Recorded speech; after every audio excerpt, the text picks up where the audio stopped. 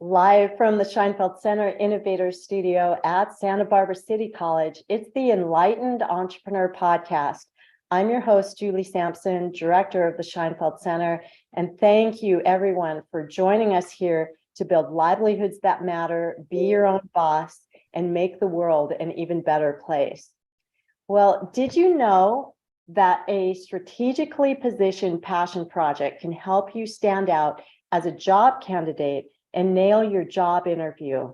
Let's get into it. Joining us to break it down from the Career Center at Santa Barbara City College is career counselor and personal development instructor Valerie Eurman and internship coordinator Christina Maguire, who also coordinates career education, work-based learning, internships, and employment services at the Career Center. Valerie and Christina, welcome. Welcome to the podcast, and thank you so much for joining us. Thank you. Good morning, everyone. This time is going to go quickly. Let's jump right into it. Just to make sure everybody's on the same page, I'll share what a passion project is. You know, it has several defining characteristics. So it's a self-led project. It aligns with your interests, values, your mission, and your strengths. It solves a problem or addresses a compelling need that's bigger than yourself to create positive impact and achieve a targeted outcome. And it demonstrates originality. It has a specified beginning and end, and it requires completion of a series of tasks in order to bring it home. So Valerie and Christina, given all of this, what are the top 3 ways a passion project can give job candidates an edge towards what employers currently want from their employees? Valerie, would you like to head this one off? Sure, I'll kick off, and I know Christina will join in. But you know, everything you just said makes a good employee, right? Someone that takes initiative, somebody that demonstrates some creativity, somebody that is able to be task-oriented, somebody also that can communicate what they've done within the system. So those are a couple using their skills and their follow-through to get things done. And those are key words that you can use both in an interview or in your follow-up or in your cover letter as you're trying to describe what you've done and how you brought it together and how you completed it. Christina, anything to add? Yeah, very similar to Val. It's in the statement, the passion project, right? It's going to show your passion, and that will set you apart on a job interview, potentially into an employer. And also, if you don't have as much like paid work experience or experience in your field of interest, having a passion project that's targeted towards your academic pathway could, make you stand out. It shows that you took initiative to get that experience and learn these skills. Following on that bit about passion that you brought up, Christina, employers often ask questions like, what motivates you, or what are you passionate about? But does passion really matter all that much to an employer? Is it important? I mean, isn't it just good enough to have excellent skills and experience? Yeah, passion definitely matters. Obviously, it's great to have the skills, the experience for that position. But it matters for you as the employee as well, right? You want to be passionate about what you're doing because it makes the world of difference when you're in that job every single day. If there's no passion for it, if it doesn't align with your interests and values, it's really hard to keep motivated and really want to succeed in that career. So it's almost more for you, like you want to have that passion too. And I'm sure Val has something to add to that too. And some of that and what they're looking for is, as in passion, perhaps you're not going to be passionate about some paperwork or some aspect of it, but can you understand the purpose, the why? We talk a lot about the why statements. Can you understand the value that you're bringing to people or in whatever you've done? You have to do that in your work experience and get it done. You have to be motivated. You have to follow through. You have a positive state of mind, positivity. And that's the type of people want to work with, right? You want to work with people that are getting it done and they step up even if they have to learn new technology in a workplace, or they have to try something brand new, or they have to work under deadline, they want to know you're going to be there for them. So that's what you can show them. I had this passion. It might not align directly with the employer. It might be a different industry, but when I'm behind something, you can count on me to get it done. So you can use your passion projects, even if it's not just in the industry you're applying for. Excellent points, you two. Thank you. So what are some important ways that somebody who's going to go into a job interview should think about their passion project beforehand, in preparation, so that they can position it during the interview in a favorable way? Valerie, do you want to lead this off? I think in preparation for any interview, whether it's about a passion project or just a job or an internship you're applying for, you have to assess what the job is and then look at what your transferable skills are and your hard skills. So hard meaning content, like, do I need to use the computer? Of course. Do you have the communication skills or the time management? But what I would be looking for as it relates to your passion project is what did you have to do? Time management? Did you have to do some budgeting? Did you have to do any fundraising to get your budget for whatever you were doing? Did you have to get volunteers to join you? Did you supervise them? Did you have to write anything up? So some of those elements that you used in your passion project that you might have taken for granted are directly related in an interview to help you get the job. That I took initiative, I created something, I used a PowerPoint or a Prezi, or I did a podcast or whatever related to my project. Yeah, I think Val covered that one pretty well, but the transferable skills, right? That's really important to bring up in the interview, along with your strengths. A passion project shows a lot of your strengths, and sometimes they'll ask you that in an interview, right? They'll ask you about what are your strengths, or tell me about a project you're the most proud of. And this is a great example to utilize in that response to those questions. So when we go through interviews, there are certain questions, the common questions that we hear a lot, what are some of the questions that employers are asking these days that would be really good to bring up the passion project, as part of the response to that? Christina, do you want to start off? Sure. I think that the first question they typically ask you in an interview is, tell me about yourself, or tell me about your experiences or education that prepare you for this position. Those are typically the way they start off an interview. And you are able to insert some of that passion in that response. You can definitely talk about your education background, some of your experience, which would include that passion project. So with your passion project, you're really going over your values and missions, and that's a great way to tie into the employer, especially if some of those interests and value align with their mission statement. And that's a great way to bring that up in that interview question. There's also, tell me about a project you're the most proud of. I've been asked that in an interview. Tell me about your strengths, which I just brought up. That would be a great opportunity to speak about your passion project. Val, any other questions? I think you're covering it beautifully, as we work together all the time. And I will insert this. Each one of you who's watching this at any point can come in and talk with us at the Career Center, and we can help you with that specific strategies for yourself and help identify how the alignment is. But I'd like to add here, particularly that what if your passion project specifically doesn't relate to the industry you're currently working on?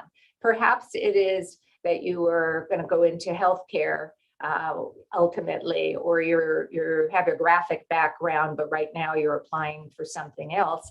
These skills that you're getting in the passion project are still relevant. In which case, perhaps, I'm guessing because you're entrepreneurial, many of you, you've done a couple different projects. So evaluate some of your different projects and what skills you gained out of them. So on your resume, or on a separate sheet or in your interview, you could also potentially say, well, I've done 3 different projects. Let me tell you about one, or let me list the 3. I've worked on personally set up and developed a food distribution program for the Goleta community. And that's separate from my counseling. And then I might talk about, that would be something I might dig into because it's a passion project. But then I also worked with creating a new formula for academic programming, and it really made a difference. So you could tie in different structures, or I helped with a flu clinic. So those are actual true ones for me. But you could then spell it out. They would get a breath that, oh, you don't just do graphics. Oh, you just don't do this. You've got kind of a range and getting it done. Again, follow through, get it done, projects. I've got you. Fantastic point. So it's showing kind of the breadth of ways that you can operate and generate outcomes, positive outcomes with it, that it sounds like that can be important. Mm-hmm.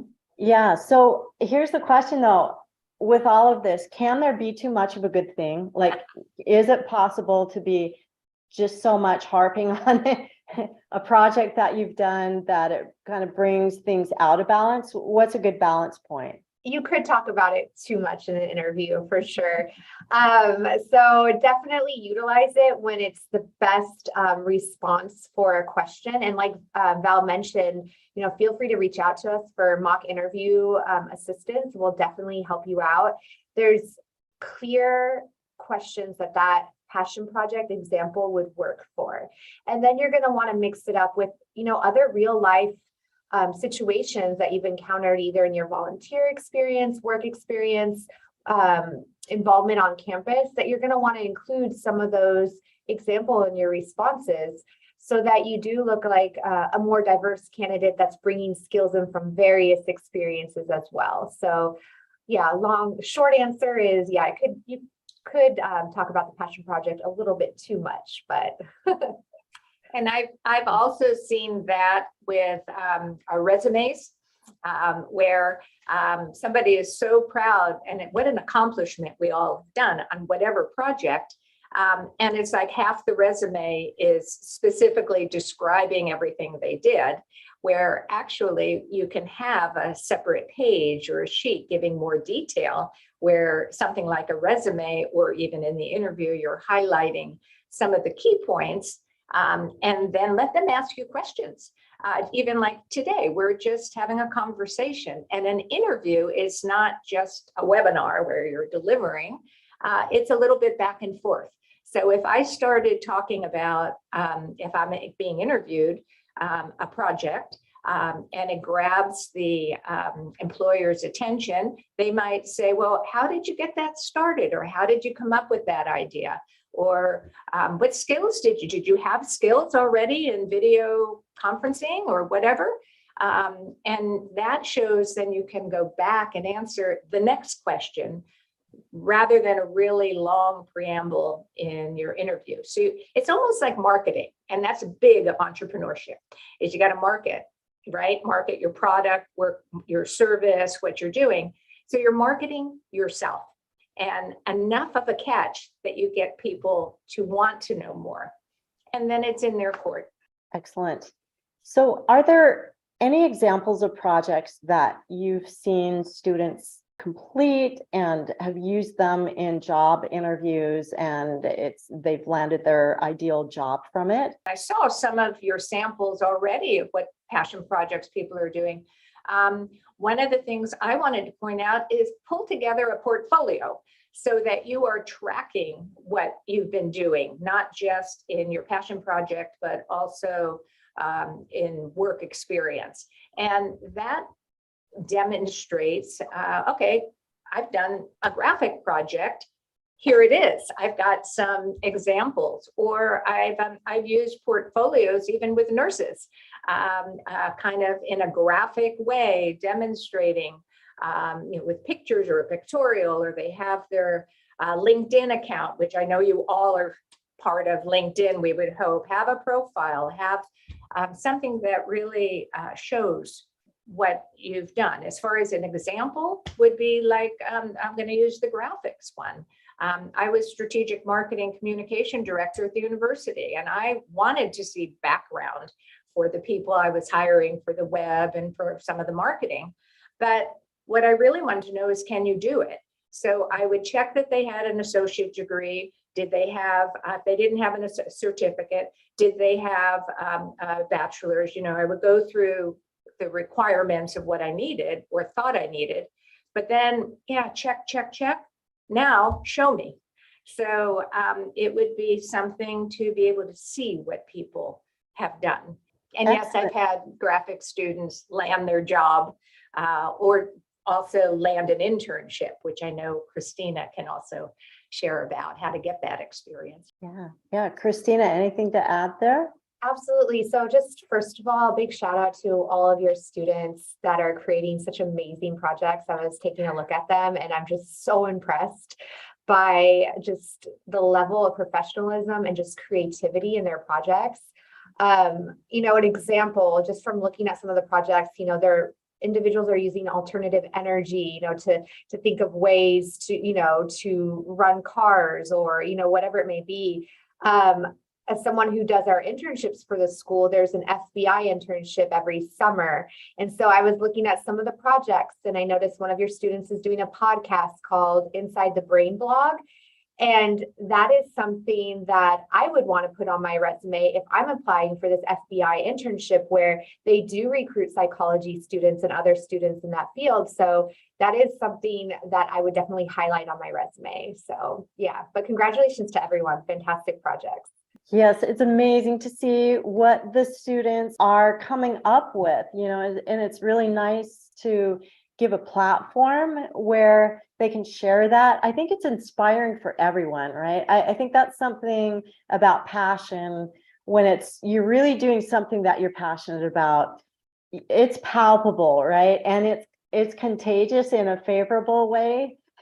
And I think that's something great in an interview, that we can all be tense before an interview, but I think if you're really coming from that place of passion, that comes through, no matter what, no matter if you're jumbling your words or whatever. Mm-hmm. But we have a question from the audience. So the question is, do you have any tips for how to prepare for an interview and remember points you want to be sure to bring up?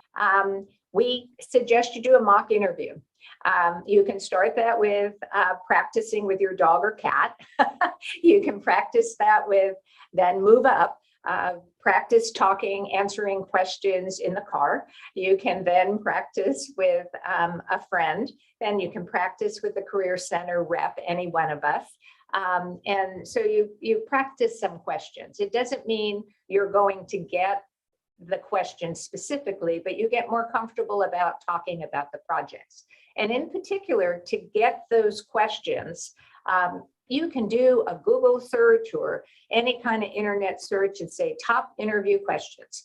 And there are some standard sets, of tell me about yourself, we mentioned, or why do you want to work here? Or how's your background prepared you for this? Or what are your strengths? What are your weaknesses? Why'd you leave your previous job? So you can get a listing very easily of either 50 interview questions, or you can get it by the top 10 interview questions, or by industry. So what kind of questions do they ask radiology students? And then there's types that are behavioral questions. What would you do if this happened at your workplace? How would you handle this situation? So getting the questions is easy. Writing the answers is potential, or what you all have is this: interview yourself, right? And then see how it came across. And it doesn't matter what you're wearing then. Christina, can you jump in some others? Yeah, absolutely. I love interview practice and teaching workshops about interview prep. So a big thing for me, and I do this, I've done this in the past for my own interviews, is, know the job description. And I say dissect the job description. Take your resume, take the job description, compare skills, and see what things that you've done in your past and skills that you have that transfer over to that job description. When you know your resume, when you know the job description and how they're relating, it's easier for you to articulate in the interview how you're a good fit for that company. Also research that company. What are their projects? What are they working on? What's the culture like there at that company? How would you contribute to that company? So that's a really important thing to research beforehand. And then another thing that I do to prepare for an interview, where I suggest, is the day of, you're all prepped, you're ready to go. Put on a song that pumps you up. I always have a song on the way there. I'll listen to it before I get out to go to the interview, but it's a song that motivates you, and you're like, oh, I've got this. I don't know, it's a silly thing I do, but I highly recommend putting on a song that will make you feel just super excited to go in there. So those are just a few tips I have. I have something else to share, because we're talking specifically passion projects. Sometimes the project you've done that was a passion didn't end up coming to fruition like you wanted it to, or a project you worked on.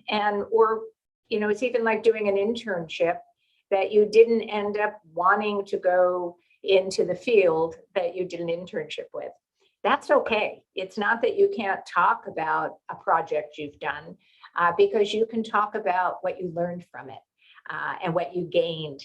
And employers want to see that you're flexible and you can, I think the new word today is pivot.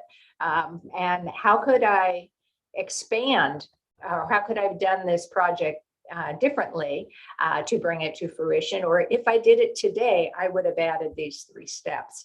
So just because you've done something and you said, I don't want to do that anymore, doesn't mean you can't go to your next one and explore it and use it, and you can show a stepping stone. Yeah, excellent point, right? The way that people handle a failure really suggests a lot about how they approach kind of all of life and work, so it can become actually a strength. We like being able to turn what could be considered failures into strengths. I think that's very much about the entrepreneurial mindset. So we have another question for a student who wants to design a passion project. So we spend a lot of time on the design aspect, and so they want to design one that specifically would be attractive to employers in the current job market, and with what's going on in the workplace, the challenges that businesses are facing.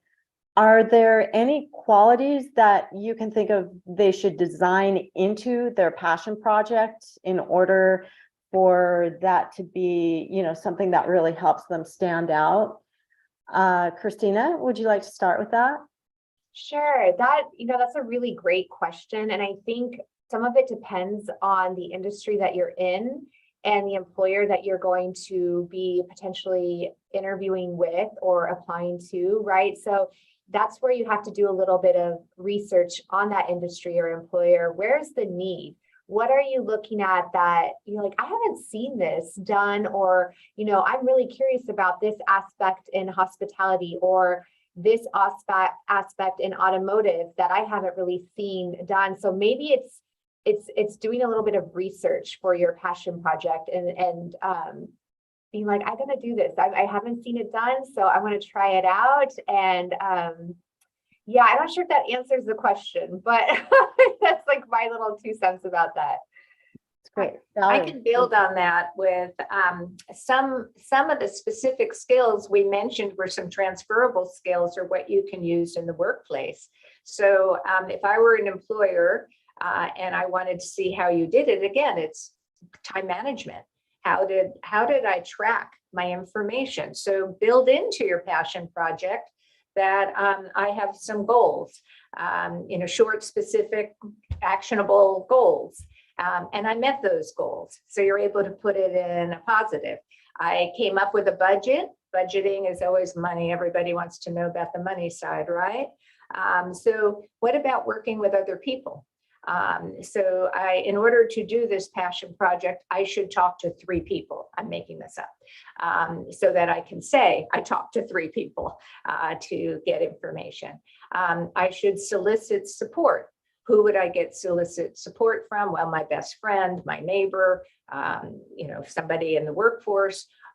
So you're looking at perhaps some supervision, some time management, teamwork, budgeting, and your written communications. Really important to everybody is being able to write and track what you've done. And if you had to advertise your project, if you had to use social media, if you had press releases, whatever it might be, you want to save that and build it in so that you showed your marketing skills. Excellent. Great. Thank you. Well, it's amazing just in talking with you, both Valerie and Christina, the wealth of expertise and information that you bring to the table and your entire team at the Career Center. So could you share with us some of the other services that the Career Center offers to help students do just what we're talking about, prepare for the workplace, advance in the workplace? Yeah, what do you have going there that our students would be interested in? Sure. We have career counseling, right? We have assessments in Eureka that students can take a look at to kind of see how their personality traits match up with certain occupations. We do a lot of resume assistance, cover letters, interview prep as well. If you reach out to me, I help you with your internship search. And we really reach out to employers. We have so much information on how to set up an informational interview. And so that you can get a little bit more idea about employers in the industries that you're interested in. Val, do you want to hop on that too? Sure. I would say for many of you out there, you have a major. And maybe you started with a major right out of high school and you thought it was a good one. And now you're in a passion project and you realize maybe that's not what I want to do, or I want to expand, or how can I be successful? So we help with majors. So what majors, and you know what, there's not just one major typically to get to where you want to go. There's usually many pathways. And so perhaps you finish somebody's in psychology. I saw you finish your psychology, but we add some business classes in. So we can make you more robust with your training. So we help you with looking at majors, career direction, and the wide set of resources we have at our fingertips that we pay for to help you look at major career direction, job searches, internship searches. We have a pretty robust website that you can mostly intuitively navigate through. Yeah, one last thing. We're also your network, right? So we talk about networking a lot. So that's a big one. We're part of your network. We're here to help you out. It could be that you're interested in getting your foot in the door with some certain employer in Santa Barbara County. Maybe we know that employer. Maybe we already have an established relationship with that employer. So it's great if you come in and talk to us about this and we can help prep you. And maybe we send out an email like, hey, I have a student applying for this job, it's great to have that connection. So we are definitely part of your network as well. The Career Center is such an important service that our students can take advantage of as students here, so they don't have to be alone in navigating the entire process of trying to find, their place in the workforce that's the best fit for them. I'm so thankful for all the work that you do. I'm sure that our students would love to follow you and connect with you. What's the best way for them to do that? Absolutely. You can follow us on LinkedIn. Feel free to send me a message or request. You can reach me through email. I'm really good about that. Or just drop in and visit us in the Career Center too. And we're on Instagram, guys, of course. Follow us on Instagram, please. Excellent. Great. Well, we'll put those links down below the video. And thank you, Christina and Valerie, for joining us this morning. This has been so valuable. And to our audience, we hope that this episode supports your entrepreneurial journey and using your passion project to land your dream job. This season, we're all about putting passion into action and to craft meaningful livelihoods using entrepreneurship skills to benefit you, whether you want to start a business, transfer to a four-year university, or land that dream job. So join us next Friday for more content that will help you do just that. Thanks again, Valerie, Christina, and have a great day, everyone. Bye, everyone.